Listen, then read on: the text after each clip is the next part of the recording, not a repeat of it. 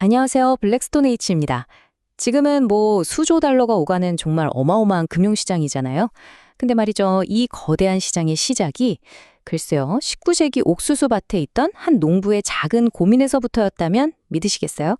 자, 오늘 저와 함께 이 선물 시장이 아주 흥미진진한 탄생 비화 속으로 한번 들어가 보시죠. 자, 한번 상상해 볼까요? 여러분이 19세기 옥수수 농부가 된 거예요. 정말 땀 뻘뻘 흘려가면서 옥수수를 키웠는데 이제 한 3개월 뒤면 수확을 해야 하거든요. 근데 만약에 그때 가서 옥수수 가격이 뚝 떨어져 버리면 어떡하죠?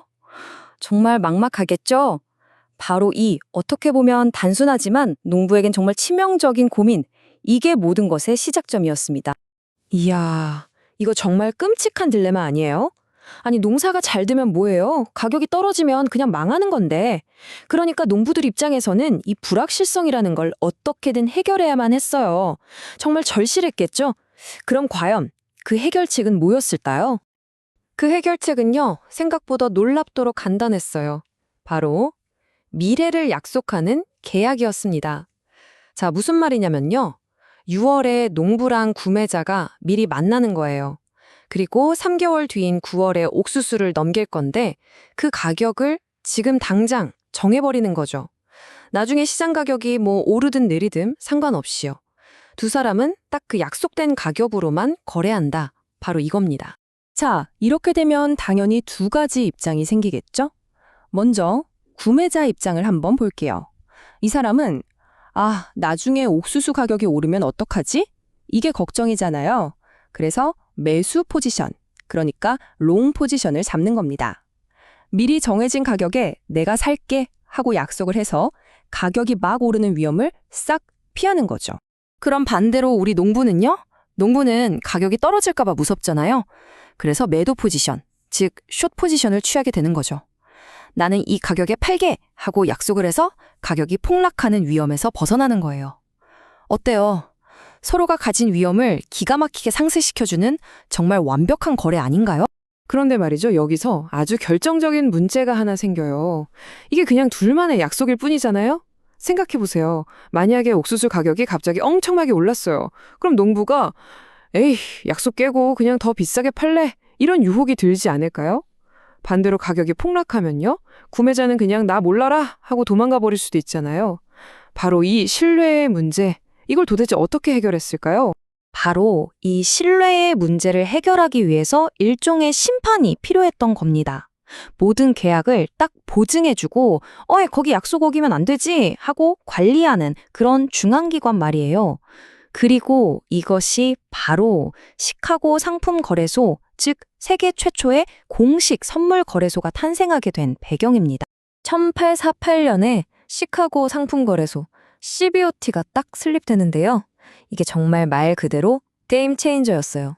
왜냐하면 이제 농부랑 상인들은 더 이상 둘 사이에 불안한 약속을 할 필요가 없어진 거예요. 대신에 거래소가 딱 보증하는 아주 표준화된 계약을 통해서 거래할 수 있게 됐으니까요. 드디어 진짜 신뢰할 수 있는 시장이 열린 셈이죠.